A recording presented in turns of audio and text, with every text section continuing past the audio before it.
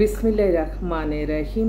সকল প্রশংসা আল্লাহর, সকল ক্ষমতার মালিক আল্লাহ মহান। আসসালামু আলাইকুম আমার প্রাণ প্রিয় সকল আপনজন, কেমন আছেন? আমি আপনাদেরই সামান্য একজন কান্তাপা আবারও চলে আসলাম। আলহামদুলিল্লাহ আলহামদুলিল্লাহ আলহামদুলিল্লাহ। আল্লাহ মহানের কাছে হাজারো লক্ষ কোটি শুকরিয়া আদায় করছি। আলহামদুলিল্লাহ। আমাদের এই প্রতিষ্ঠানটা হচ্ছে পাত্রপাত্রীর সন্ধান দিয়ে বিয়ে শাদীর একটা মাধ্যম। এখান থেকে আপনারা পাত্রপাত্রীর সন্ধান নিয়ে বিয়ের ব্যবস্থা করে নিতে পারেন। আমাদের কাছে অসংখ্য ছেলে মেয়ে রেডি আছে। সকল প্রশংসাই আল্লাহর। আসলে সব কিছু সময়ের সাথে সাথে সব কিছুই আসলে পরিবর্তন হয়ে যায়। তো আমি সবসময় মনে করি আগে মানুষ ও মানবতা, এবং আমি আমার সকল যারা অসংখ্য পাত্রপাত্রী, অভিভাবক, দর্শক যারাই আছে সবার মাধ্যমে আমি একটা কথাই বলতে চাই, আমাদের জীবন পরিচালনার জন্য আপনি কখনো অন্য কোনো ওয়েতে আপনি কখনো সমাধান পাবেন না। আপনার জীবন পরিচালনা সব কিছু আপনার থাকবে হচ্ছে শুধুমাত্র আপনার নামাজ, রোজা, ইবাদত, বন্দেগী, দান, সদকা, মানুষের কল্যাণ, হজ, উমরা পালন, ভালো কাজ, এর মাধ্যমে আপনি জীবন পরিচালনা করবেন। কখনো কোনো লোভনীয় কোনো কিছুতে যাবেন না। যেখানে লোভ আসবে সেখানে আপনার অপরাধ জন্ম নেবে। সেজন্য লোভনীয় কোনো কিছুতে যেতে নাই। আমাদের সাথে আপনারা কিন্তু সরাসরি অফিসে এসেও ভিজিট করে যেতে পারেন। আমাদের অফিসের ঠিকানাটা বলে দিচ্ছি। বাড়ির number 8, block B, main road, Banasree, Rampura, lifted 2। Mobile নাম্বারটা বলে দিচ্ছি 01711860261। আমি সকলের কাছে দোয়া চাই, সবাই দোয়া করবেন, ভিডিওটা দেখে মাশাআল্লাহ আলহামদুলিল্লাহ বলবেন, যাতে কারো কোনো খারাপ নজরে যাতে না আসে আমার এই ভিডিওটা। আমি সকলের কাছে সাহায্য সহযোগিতা কামনা করছি। আমি আমার আল্লাহর করে সালাম দোয়া পৌঁছে দিলাম। আমার প্রিয় নবীজি রওজা মোবারকে সালাম দোয়া পৌঁছে দিলাম। আমার হযরত শাহজালাল শাহ কোরআনে সালাম দোয়া পৌঁছে দিলাম। আজমির শরীফে আমার সালাম দোয়া পৌঁছে দিলাম।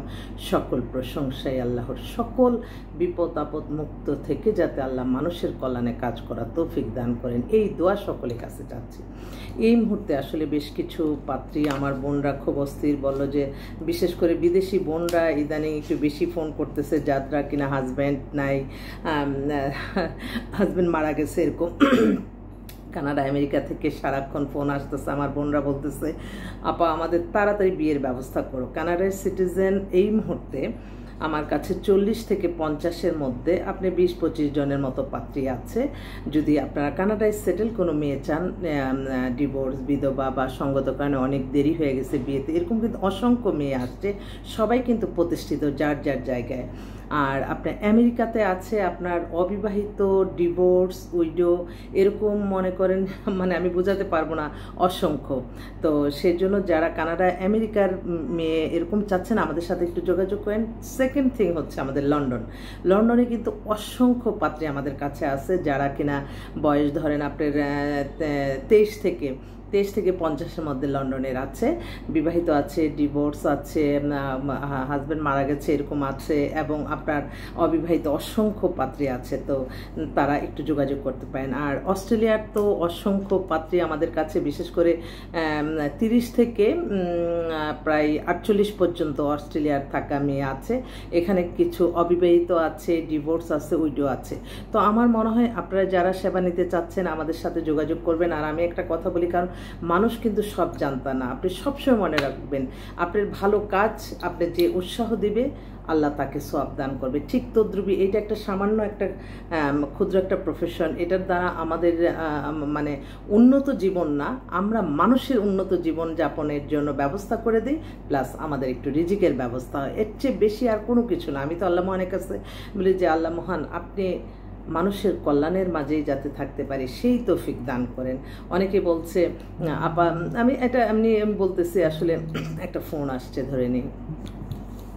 হ্যালো, হ্যাঁ হ্যাঁ যাচ্ছি, যাবো তো যাবো, তাড়াতাড়ি ব্যবস্থা করো। ওকে ওকে, ঠিক আছে ঠিক আছে, বের হচ্ছি। ওই যে আমার এক ভাই, তার সে হচ্ছে আমেরিকা থেকে আসছে, সে পিএইচডি করে আসছে, তার বাবা আর কি ইনভাইট করলো, তার এখন বললো যে আপনি তাড়াতাড়ি আসেন। আমি আসলে চেষ্টা করি মানুষের ফ্যামিলিতে যে যারা যেভাবে চায়। আর ইদানিং আমি বলতেছি যে আপনারা দয়া করে মানে আমি আমার সেবাটা যাতে আমি মানে চতুর্দিকে ছড়াই দিতে পারি সেভাবে আমি কাজটা করতে চাচ্ছি। যারা আমাদের মেম্বার হবেন তাদেরকে আমি একটাই অনুরোধ করব, ছেলে হোক মেয়ে হোক, আমাদের যেহেতু সবার ঠিকানা থাকে, ফোন নাম্বার থাকে, আপনারা নিজেরা কথা বলে বিয়ে শাদী সম্পন্ন করে নেন।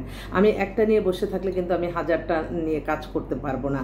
আমার সহকর্মীরা আছে, আমার অসংখ্য ওরা কিন্তু সবাই মানে দেখা যায় যে আমি সব বায়োডাটা আমি রেডি করে দিয়ে ওরা পাঠায়। তো আমি বলবো যে আমি যেগুলি পাঠাচ্ছি আপনাদের যেটা পছন্দ হবে আপনারা সরাসরি কথা বলে নেবেন, এতে আপনাদের কাজের স্বচ্ছতা আসবে, আপনারা নিজেরা জেনে নিতে পারেন। পৃথিবীর সব মানুষ তো সমান না, সবাই সব কিছু জানে না। সবসময় মনে রাখবেন আল্লাহ সব দেখতেছে, আমরা ভালো কাজ করব, ভালো কাজের মাধ্যমে এই দুনিয়াতে বেঁচে থাকবো। কখনো লোভ, আমি বলি ইদানিং আমি মানে আমার এটাই আমার এখন আমি অনেকে বলছে আমরা স্বাধীনভাবে কথা, কিন্তু না, এটা কিন্তু বাস্তব কিন্তু অনেক অন্যরকম। যতই বলি আমরা স্বাধীনতা, যারাই ক্ষমতা আসে তারাই দেখি আবার চেঞ্জ হয়ে যায়, তারাই আবার অনেক কিছু মানে কঠোর শক্ত হাতে দমন এই কথাগুলি আসে। আসলে স্বাধীন দেশ আমি তখনই বলবো যখন যে স্বাধীনতা স্বাধীনভাবে মানুষের জন্য কাজ করবে, এখানে কোনো মানে অন্যায় যে করবে তাকে শাস্তি দিবে, কিন্তু অন্যায় যে করে নাই, যে কথার মাধ্যমে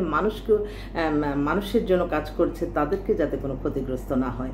আর আমি বুঝতে পারি না, আমি একজন সামান্য ক্ষুদ্র মানুষ, আমার এইটা তো আমি একদম নর্মাল মানুষ, আমার একটু সেন্সে আসে যে মানুষ দেখি যে 60-এর পরে যারা ক্ষমতায় যেতে চায় তারা এত লোভনীয় কেন হয়ে যায় ক্ষমতার জন্য। নতুনদের উপরে ছেড়ে দেন, আপনি ক্ষমতা যত আঁকড়ে ধরবেন যত কিছু ততই আপনাকে দেখা যাবে যে আপনার অন্য পথ অবলম্বন করতে। তাই ক্ষমতা সবসময় একটা দায়িত্ব এবং কর্তব্য। যখন মনে করবেন যে না, তো মানুষ তো আমাকে চাচ্ছে না, আমি নিজে থেকেই চলে যাই, তো এটা কিন্তু একটা সম্মানের। তো সেজন্য ক্ষমতা আঁকড়ে না ধরে যার যতটুকু ক্ষমতা প্রয়োগ করলে মানুষের কল্যাণ হবে সেটাই করতে হবে। 60-এর পর একটা মানুষের 1000 কোটি টাকার মালিক থাকলেই লাভ কি? কোনো তো লাভ নাই। ভালো কিছু খেতে পারবেন না, ভালো কিছু পড়তে গেলে এই যে আমাদের এখন আমরা যদি একটু সাজগুজু করি, এখন বলো কি যে আল্লাহ এই বয়সে এরকম, এই বয়সে এই যে এই কথাগুলি কি দরকার? আমরা নতুন নেতৃত্বের মধ্যে ছেড়ে দিই না। আমরা এই যে ছাত্র সমাজ যে আন্দোলন করেছে তাদের কর্মসংস্থানের ব্যবস্থা অবশ্যই করতে হবে এবং তাদের থেকে মেধাবী মানুষগুলিকে এনে বিভিন্ন জায়গায় তাদেরকে বসিয়ে তাদের নতুন নেতৃত্ব তৈরি করতে হবে। তো শুধু আমি সব কিছু ভোগ করব, আমার কাছেই থাকবে, এই চিন্তা থেকে বেরিয়ে আসতে হবে। আমি মনে করি আমি সামান্য ক্ষুদ্র মানুষ, আমার এই অনেকে এসে বলে যে আপা ধরেন আপনাকে আমরা একটা কোনো, আমি বলি যে শোনেন এটা অবিশ্বাসের কোনো কিছু না, আল্লাহ যতক্ষণ যা রিজিক যেখানে রাখছে ততক্ষণই থাকবে।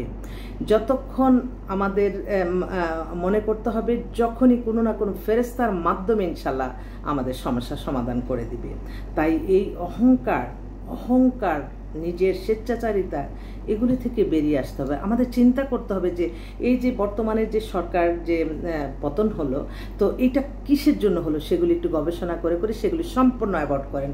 আমি একটা ছোট্ট ক্ষুদ্র প্রফেশনে, এই প্রফেশনের পারপাসে অনেকের কাছে বিয়ে শাদীর জন্য যেতে হয়েছে, অনেকে এসে বলছে আপা একটা সুপারিশ এনে দেন। আরে আপনারা তো মনে করছেন যে ওরে বাবা আপা গেলেই বুঝি তাদের, না, তাদের মেন্টালিটি, একটা মানুষ আজকে এখন আমি বলতে পারতাম যে আরে এর দ্বারা আমার একটু কল্যাণ হয়েছে। আমি আমার মাদ্রাসার জন্য আমি সাহায্য চেতে গিয়েছিলাম, বলছি যে বাচ্চাদের এই করোনাকালে অনেকের আমি মানে গেছি যে একটু কিছু চাউলের ব্যবস্থা করতে। একটা মানুষের ভিতরে এই মানবিকতা আমি দেখি নাই।